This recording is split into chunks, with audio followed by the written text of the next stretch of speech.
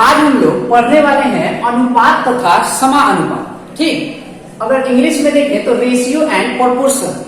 इसके बारे में हम लोग आगे जाने या इसका कुछ क्वेश्चंस करें उससे पहले हम लोग समझ लेते हैं कि ये अनुपात और समानुपात आखिर होता क्या है। ठीक है, तो देखिए मैं पहले आपको अनुपात के बारे में बता देता हूं कि आखिर ये अनुपात क्या है।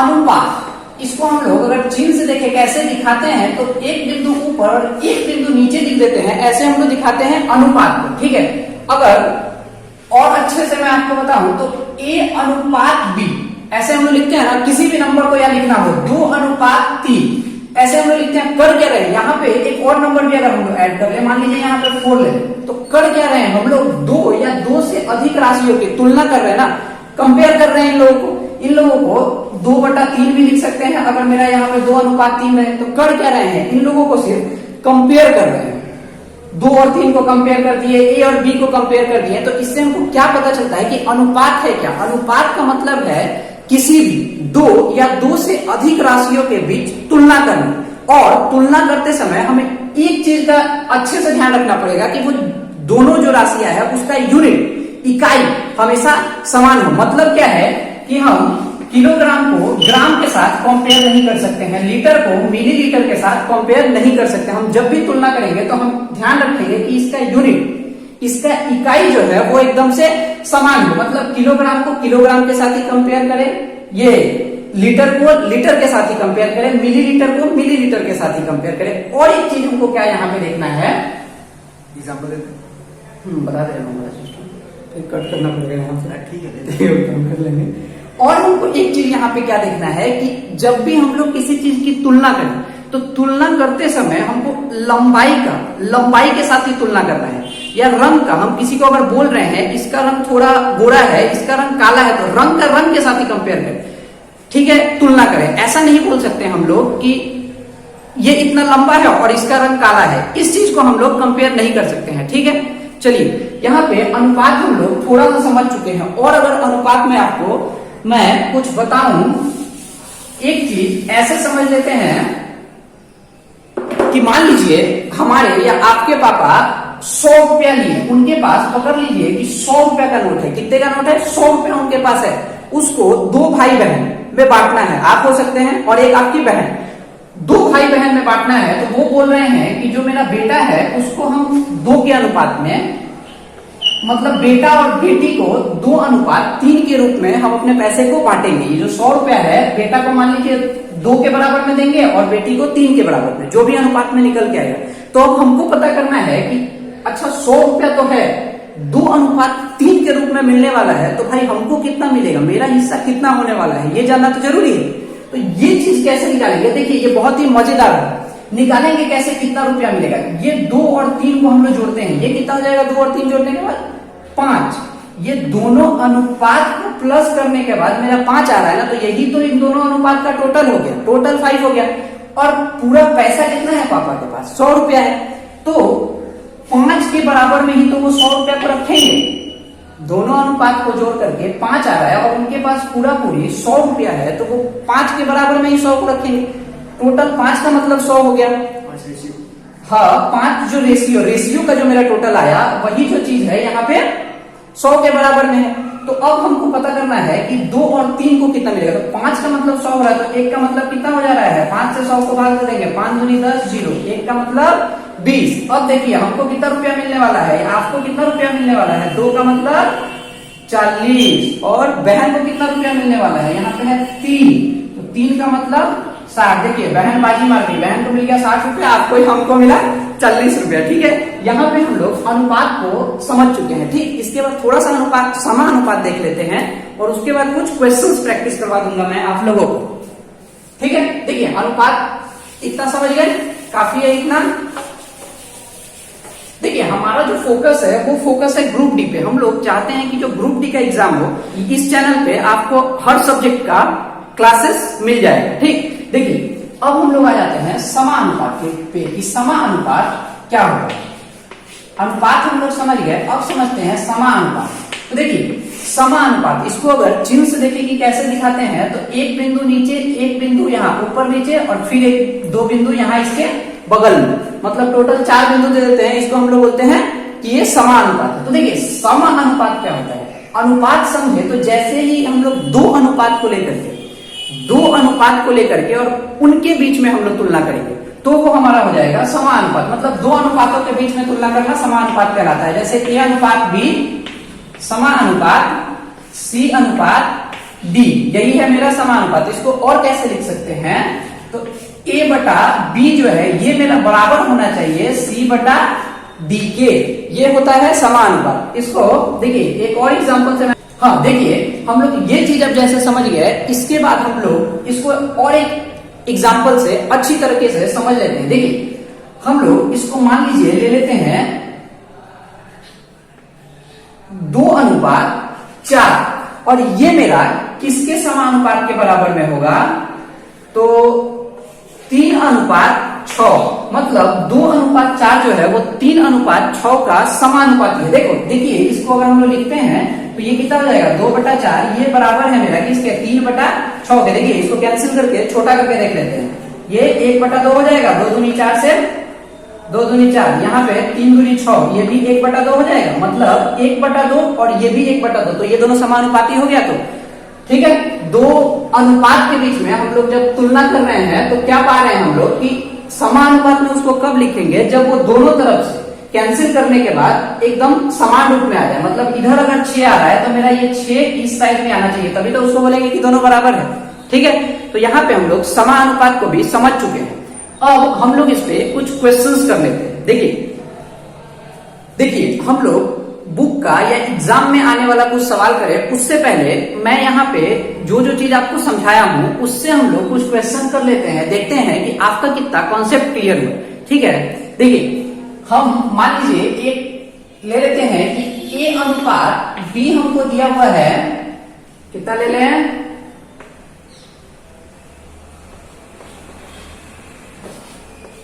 4:6। A अनुपात B हमको दिया हुआ है 4:6 और टोटल मान लीजिए रुपया ही पकड़ लेते हैं। टोटल जो रुपया है मेरे पास वो है 200 रुपया। टोटल कितना रुपया है 200 रुपया, और उसको A और B को हमको 4:6 के अनुपात में बांटना है। तो कैसे करेंगे ये सवाल हम पहले भी आप लोग को बताया, वो भाई और बहन का एग्जांपल दे करके वही फिर से मैं एक बार आपको बताता हूँ। देखिए ध्यान से देखिए, आप लोग भी सीख चुके होंगे। अगर सीख चुके हैं तो इस सवाल को आप लोग खुद से बनाइए फटाफट और आंसर मैच कर लीजिए कि आंसर मिल जाएगी। देखिए 4 और 6 टोटल कितना होने वाला है हमारा 10। एकदम फटाफट आप लोग मुझसे पहले बना दीजिए। और यहाँ पे कितना है, टोटल कितना रुपया है, टोटल कितना रुपया है हमारे पास 200 रुपया। टोटल कितना है 200 रुपया, 10 का मतलब 200, तो 1 का मतलब 10 दूनी 20, 1 का मतलब 20 रुपया। तो A अनुपात B के अनुपात में बांटना है। 4 का अनुपात कितना हो जाएगा 4 दूनी 8, 80 रुपया, और 6 का मतलब कितना हो जाएगा 6 दूना 12, 120 रुपया। तो 4 A अनुपात B के अनुपात में हम लोग बांट दिए 80 और 20। ठीक है, ये तो हमारा समझ लिए। अब कुछ क्वेश्चंस कर लेते हैं जो एग्जाम के पॉइंट ऑफ व्यू से बहुत इंपॉर्टेंट है, एग्जाम में वो सब सवाल आता है। ठीक है, देखिए मेरे पास कुछ क्वेश्चंस है, मैं आपको ये सब क्वेश्चंस बताते जाता हूं, आप ध्यान से देखते जाइए। आपको ये सिर्फ अच्छे से समझ लीजिए, कॉपी पे नोट करने की जरूरत नहीं है। इसके लिए आप हमारे टेलीग्राम चैनल को ज्वाइन कर लीजिए, जिसका लिंक हमारे चैनल के अबाउट सेक्शन में मिल जाएगा। वहां से टेलीग्राम चैनल को ज्वाइन कर लीजिए, वहां पे आपको इसका पीडीएफ मिल जाएगा। जितना क्वेश्चंस है सॉल्व कर रहे हैं हम, उस सब का सॉल्व किया हुआ पीडीएफ आपको हमारे टेलीग्राम चैनल पे मिल जाएगा। ठीक है, और अगर कुछ क्वेश्चंस पूछना है तो इंस्टाग्राम का लिंक भी आपको हमारे यूट्यूब चैनल के अबाउट सेक्शन में मिल जाएगा, वहां से इंस्टाग्राम ज्वाइन कीजिए और आप क्वेश्चंस पूछ सकते हैं। देखिए अब क्वेश्चंस लेते हैं जो कि एग्जाम में आता है। देखिए एक हमको क्वेश्चन दिया है कि यदि A अनुपात B बराबर 7:9, A और B का वैल्यू कितना है 7:9, तथा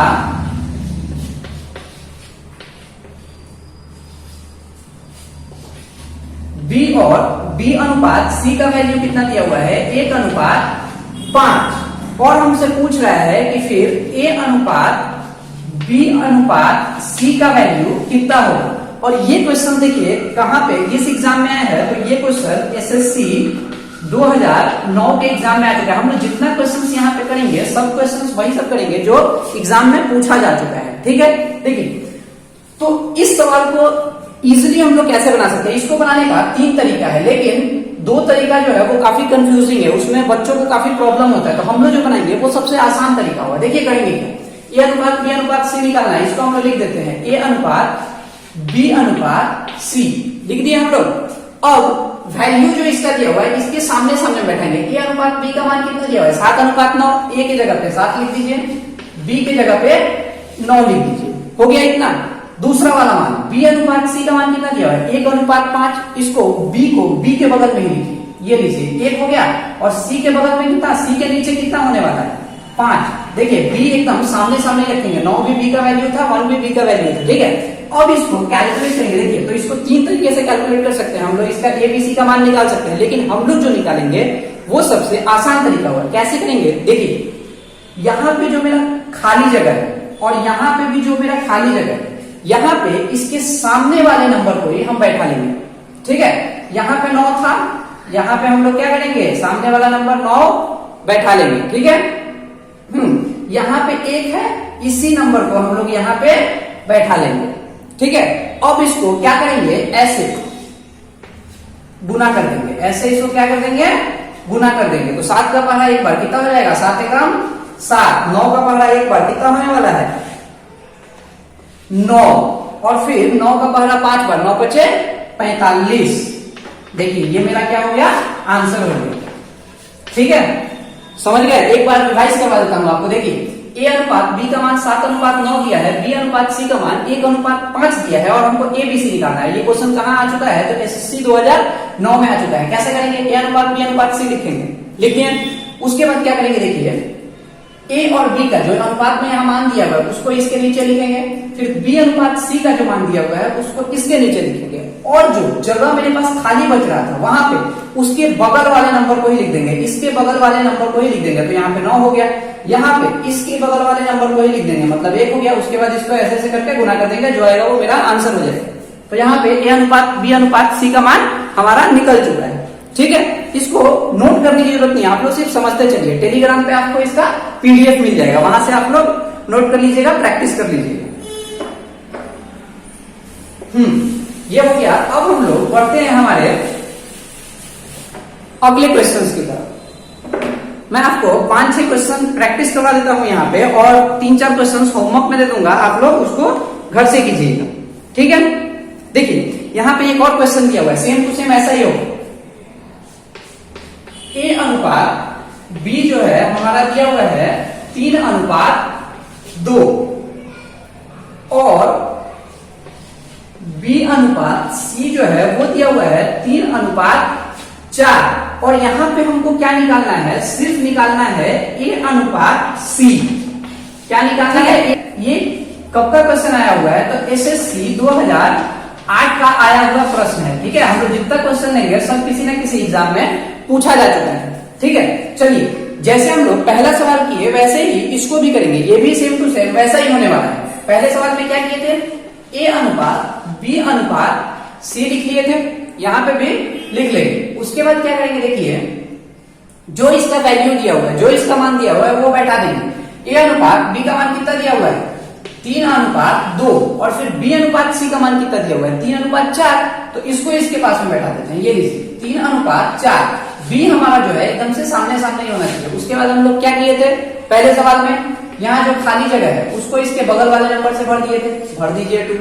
यहाँ जो खाली जगह है इसको इसके बगल वाले नंबर से भर दिए थे, भर दीजिए 3 भर दीजिए। उसके बाद क्या किए थे? सामने सामने इसको हम लोग गुना कर देंगे, और यहाँ पे हमसे ए अनुपात सी ही पूछा है, बी का मान ही नहीं पूछा। तो हम लोग जो बी निकलेगा उसको कैंसिल कर देंगे, और सिर्फ जो ए और सी निकलेगा उसको अनुपात में लिख देंगे, ये हमारा आंसर हो जाएगा, ठीक है।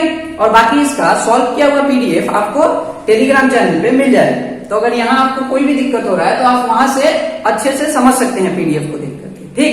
चलिए हम लोग अपने अगले सवाल की तरफ चलते हैं।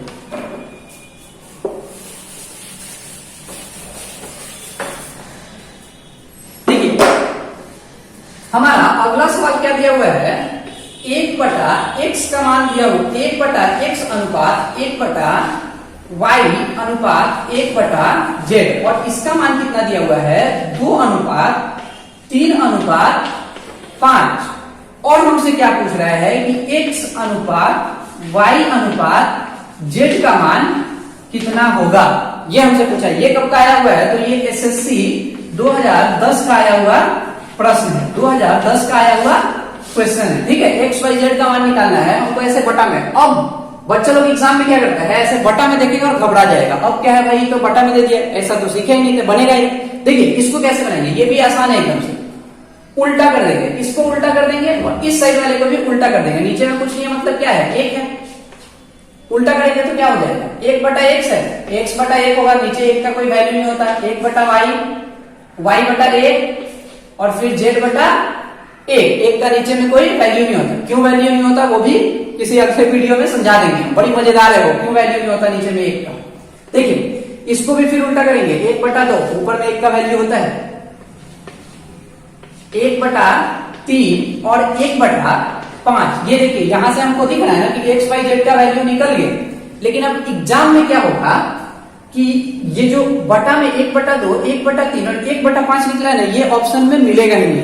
तो अब बच्चा लोग बनाएगा और सोचेगा ऑप्शन में तो है ही नहीं, तो ऑप्शन ही गलत दिया हुआ है, उसमें नन ऑफ द एबव मार के आ जाएगा, कोई नहीं है इसमें से आंसर। लेकिन ऐसा नहीं है। देखिए इसको अब क्या किया जाता है, इसको सॉल्व करते हैं, तब हमारा ऑप्शन में से आंसर निकलता है। करेंगे क्या, 2, 3, 5 का लॉसअप निकाल लेंगे, 2, 3, 5 का लॉसअप निकाल लेंगे। लॉसअप तो सबको आता है, कोई नंबर नहीं कटने वाला, सीधा गुना कर देंगे। 3 दूनी 6, 6 5 30, कितना आ रहा है 30। तो 30 से इन सब में गुना कर देंगे, 1/2 को 30, ठीक है। देखिए यहाँ पे अब 30 जो हमारा एलसीएम निकल गया, लॉसअप पर 30 निकल गया, एलसीएम कितना निकल गया, 30 निकल गया। अब इसको क्या करेंगे, सब में गुना कर देंगे, 1/2 को 30 से गुना कर दिए, फिर 1/3 को भी 30 से गुना कर देंगे, आगे फिर 1/5 को भी 30 से गुना कर देंगे। अब क्या होने वाला है, इसको काट लेंगे, 2 के पहाड़ा में 15 बार में 30, 3 के पहाड़ा में 10 बार में 30, 5 के पहाड़ा में 6 बार में 30, आया कितना 5:10:6। अब ये वाला जो आंसर है ये मेरा ऑप्शन में मिल जाएगा, ठीक है। ये सवाल में हम लोग अच्छे से समझ चुके हैं, ठीक। अगर नहीं समझे हैं तो आप लोग वीडियो को थोड़ा सा पीछे ले जाइए और देख लीजिए, फिर से समझ जाइएगा, ठीक है। चलिए अगले सवाल की तरफ हम लोग चलते हैं। देखिए हर सवाल जो है वो अलग अलग प्रकार का है, अलग अलग टाइप का है, तो आप लोग अच्छे से समझते चलिए।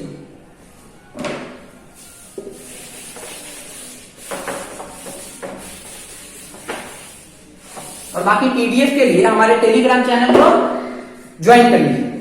देखिए हमारा अगला सवाल क्या है, यहां पे क्या दिया हुआ है, ए अनुपात बी के जगह पे हमको दिया हुआ है 3:4 और बी अनुपात सी के जगह पे दिया हुआ है 4:7। और हमसे पूछा गया है ए प्लस बी प्लस सी बटा सी, इसका मेरा वैल्यू कितना होगा, ये हमसे पूछा है। ये कब का आया हुआ सवाल है, तो ये रेलवे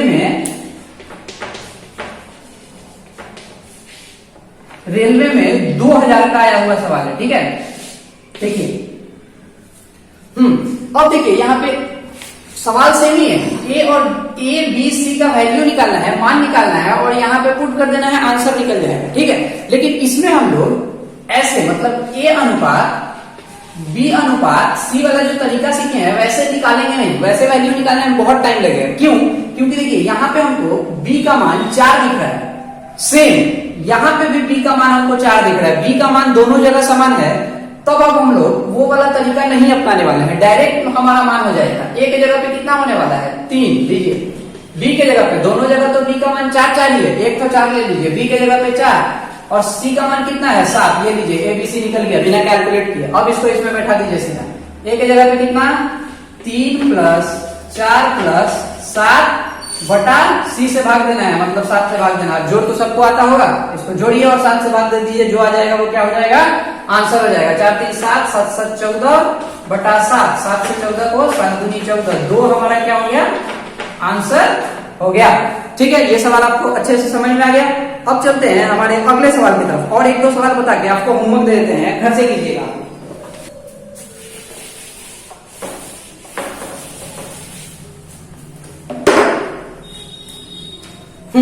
देखिए हमारा अगला सवाल क्या है, ये सवाल थोड़ा सा अलग है लेकिन मुश्किल नहीं है। देखिए ए का मान दिया, अच्छा यहां पे मान नहीं दिया है। देखिए क्या सवाल दिया है, ए का 60% बराबर बी का 3। तो अगर ये चीज हो तो हमको ए अनुपात बी का मान निकालना है कि ए अनुपात बी कितना होने वाला है। और ये क्वेश्चन भी एसएससी 2010 में आ चुका है। ठीक, यहां पे देखिए क्या बोल रहा है कि ए का 60%, बी का 3/4 हो, तो हमसे पूछ दिया कि अनुपात बी कितना होगा। देखिए एकदम आसान सवाल है। ए का मतलब क्या होता है, गुना, दे दीजिए गुना।